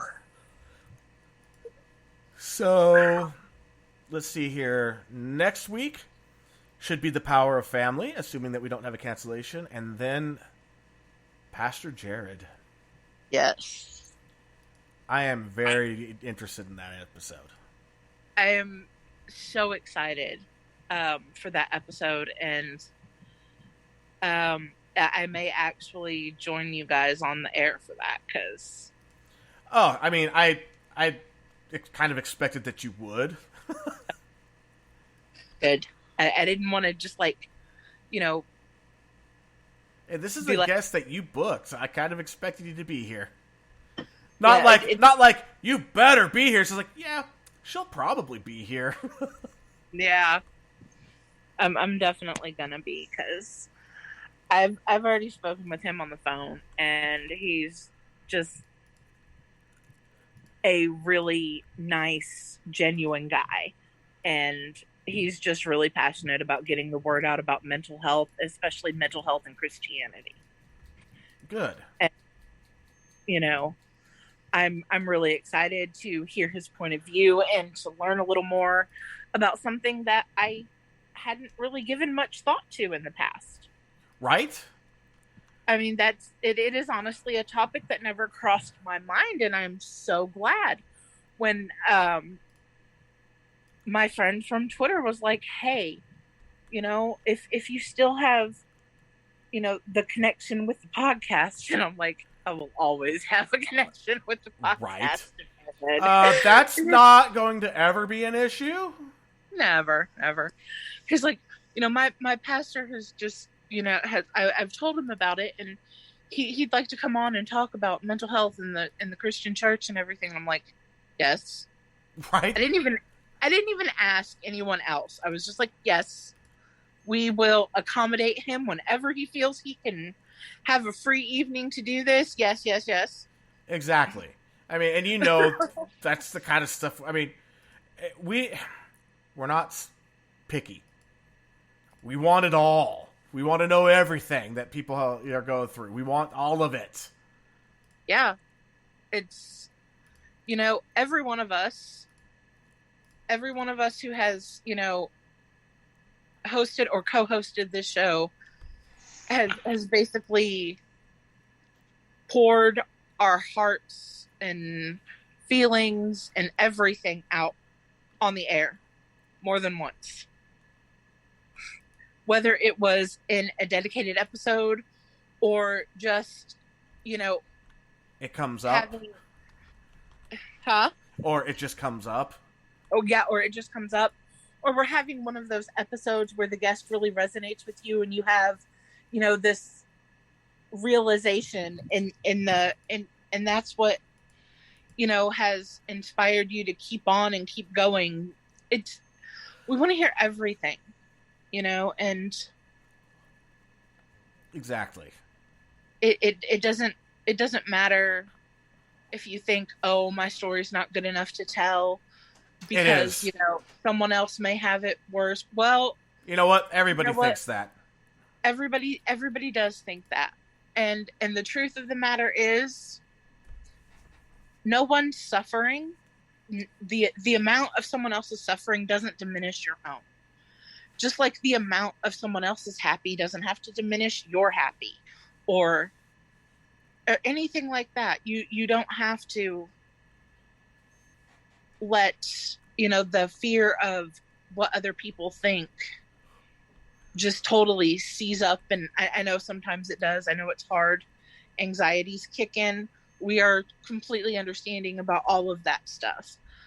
But it is so good to find a audience who is not only so, they're so active within the chat and, our Discord and everything. And there's so many people who have told us, this show needs to happen. It needs to be forever. This is my therapy. This is my thing. Right. And even when we don't see you in chat for a while, we know. We always know. We know you're still listening. You just aren't listening live. And you know what? That's fine. Life will pull you in different directions. It does.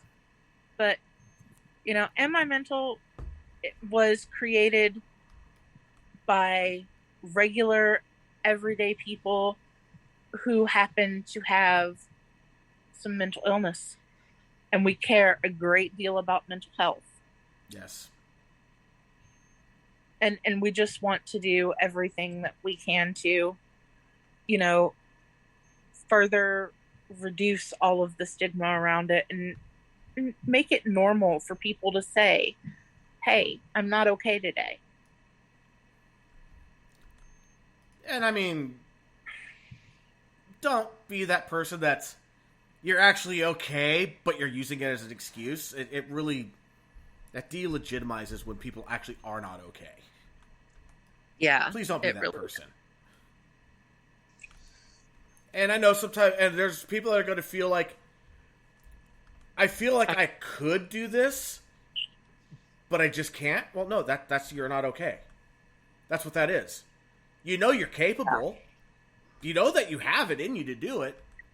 Right. But you just can't. And sometimes you just can't even explain. And sometimes you can't even explain why. It's just one of those, I just can't. Not that there's no want. There's just can't. Yeah, stuff like that hits me at weird times sometimes. I was doing laundry.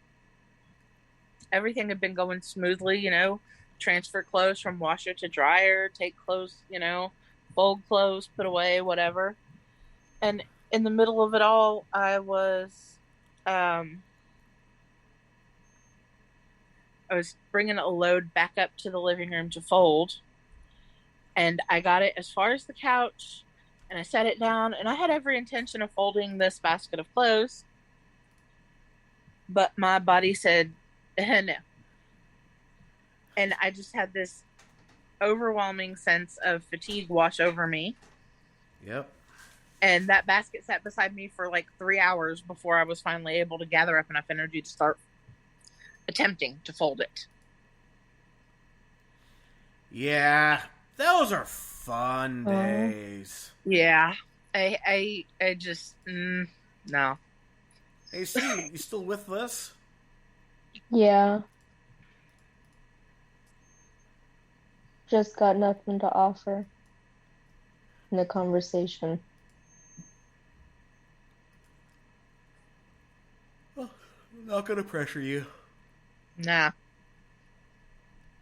I think we're all kind of running out of steam, like you said, E.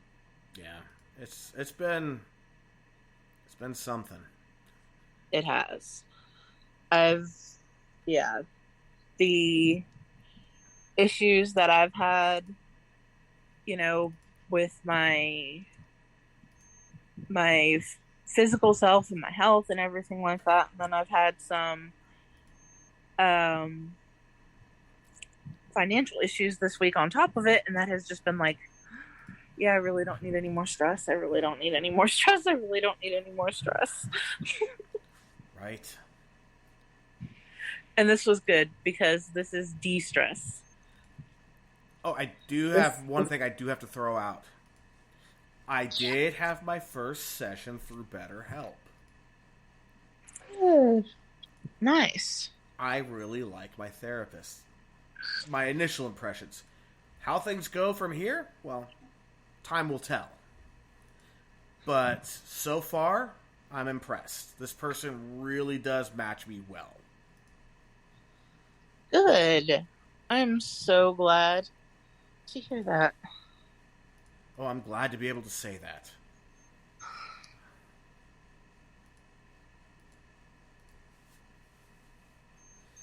Ah, cat's celebrating it. Yeah. That's awesome news to be celebrated, for sure. Yeah, it's... Yep. Some days, the thing to celebrate are the tiniest things that you could think of. And you know what? That's okay. Every big thing is made up of a bunch of little things. Some days I celebrate the fact that I can get out of bed. Yep. And some days I celebrate the fact that I have energy and can be awake all day and get things done without overstressing myself or hopefully not injuring myself. And I'm super grateful for those days, even though they're getting a little more few and far between than they used to be. Well, it'll make you. The sad thing is, but I mean, it's also kind of a silver lining, is that you'll appreciate them even more now. Yeah. Of course, no, you would rather not be in that situation where you have to appreciate them. Yeah. Yeah, I know. It's like, yes, I can look at it. Yes, that is a very good silver lining.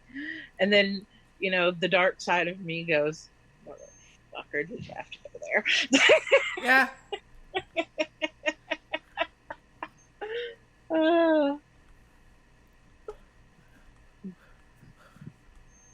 Dark humor. I know, I love it. I love dark humor is like... Those tend to be the most messed up of them all. They are really messed up. I was going to say that's like liking dark humor is another warning sign for Alzheimer's. Then I apparently have had Alzheimer's since I was born. As far as back as I can remember, I have loved dark humor. But Me I mean, too. I watched Bugs Bunny. There is some dark humor in Looney Tunes. No crap.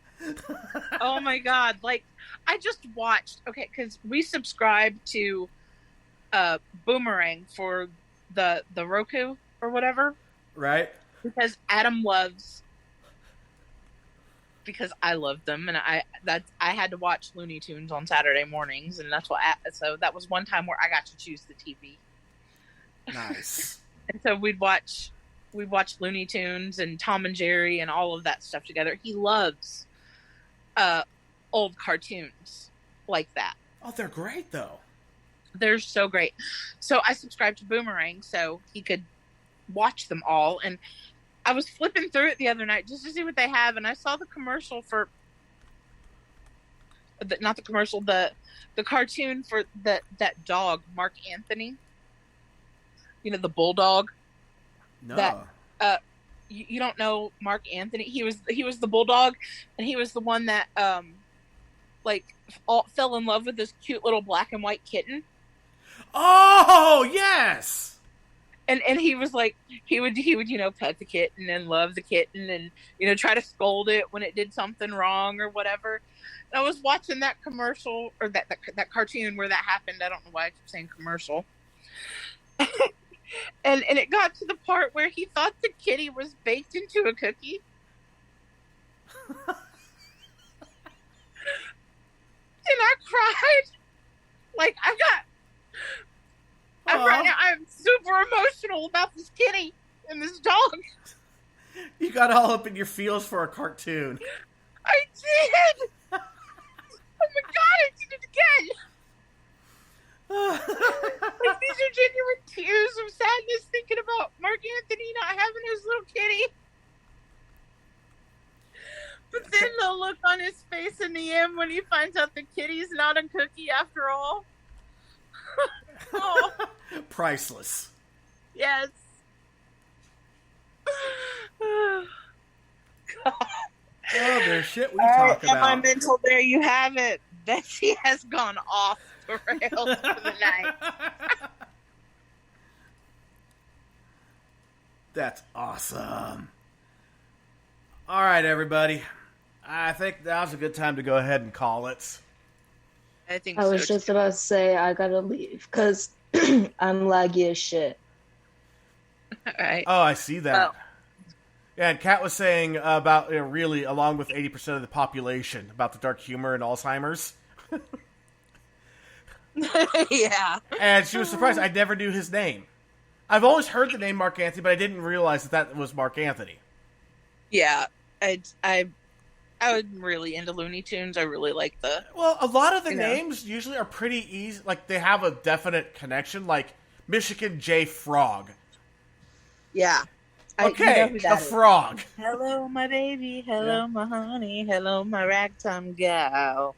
All right. Well, Marvin the Martian. I gotta go. All right, bye, guys. See you, bro. See ya. Take care. Have a good night. You too. I see. Thanks for letting me ramble on tonight. Yeah, Bugs Bunny, Daffy Duck. I mean, they all have... The little cat's name is Pussyfoot. Aw. Yeah, so it's Mark Anthony and Pussyfoot. Of course, now, as an adult, and us being a lot more aware of, some of the shit that's actually pretty disturbing, Pepe Le Pew is really fucking disturbing now.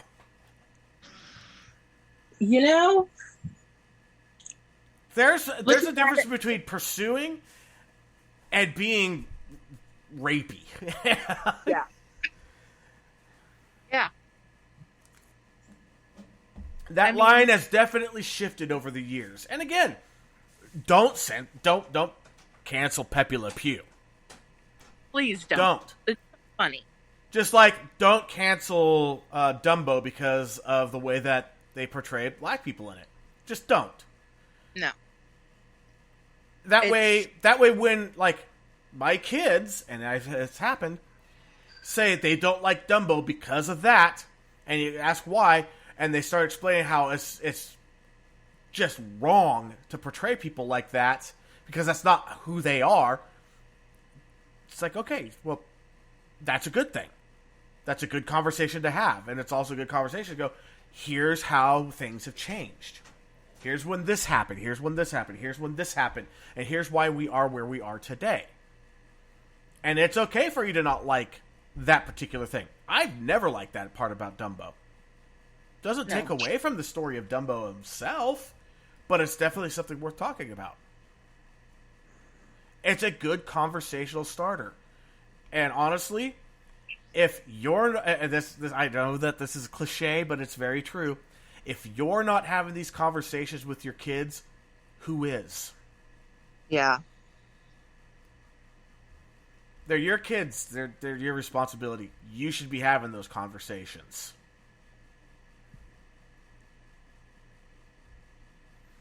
Even if people may not agree with where your stance is, you know what?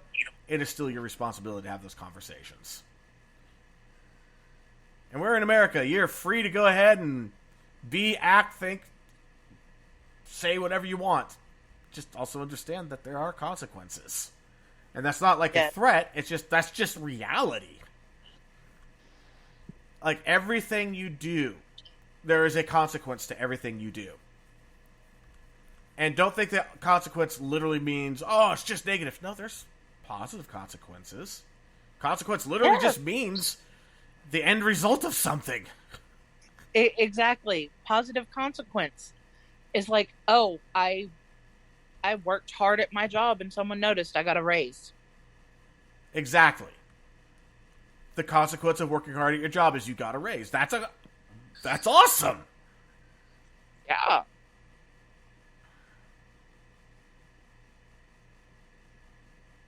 Ooh, I'm getting all Bobby and Weavy. All right.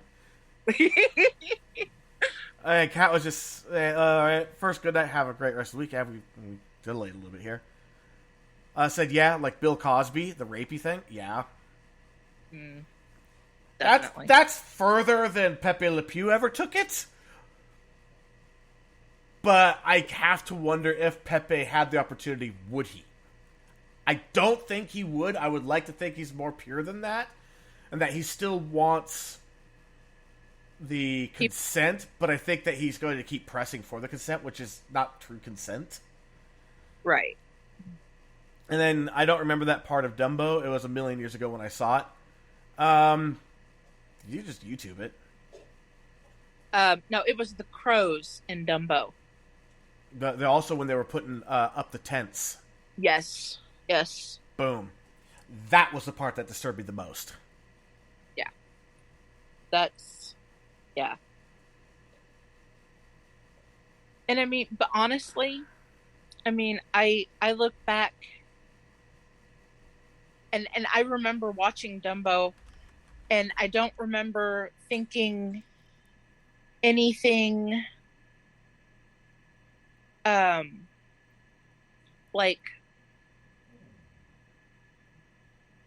anything that made me look at the way that I viewed people any differently, because I just thought, wow, they make those people work really hard. And I never realized, until I was much older, about all of the other things that, Dumbo had come under fire for. And I mean, I just, it was. And again, it's one of those things where you really can't look at past events with a modern understanding and lens, because I mean, you're doing a disservice to everybody and everything involved to do that. Exactly. And I mean, it's... Did we learn from it? Yes. Are we better now than we were? Yes. Fantastic. But don't condemn what was completely socially correct and normal back when it was completely socially correct and normal. Condemn people that look at it favorably now, by all means. I mean, that, should show that the capacity for growth and everything like that is, it's always there. We can always be getting better. It's unbelievable. And also, like, it's a lot of people will, like, how history, two, like, very significant things had happened around the same time, and most people don't realize it. Like, not knowing that that Anne Frank and Martin Luther King Jr. had the same birthday. To the day, on the same year. Yet people could think Martin Luther King, recent history, Anne Frank ancient history for the most part, as far as modern history goes. No, they're the same time frame. It's just that Anne Frank was younger when she wrote her diary than Martin Luther King was when he became known. But they are literally the same cohort. Yeah, and I have to admit, until you said that, I didn't realize that they had been born in the same year, same day, everything. Right? And it's kind of mind-blowing the first time you hear it. My elevated mind is blown the hell up. Like, I got neurons pumping that shouldn't be working right now because of you.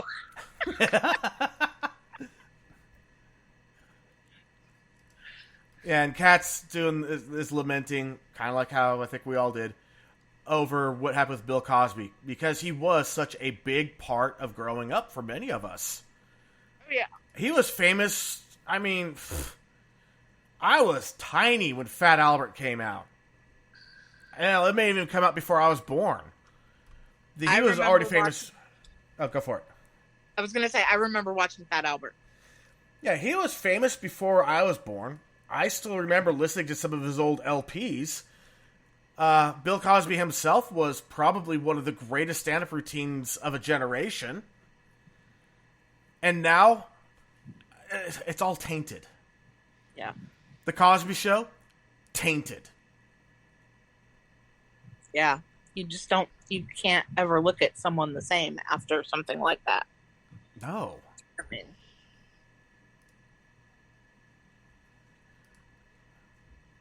all right, now that we've kind of thrown everybody into a funk, hey, guess what?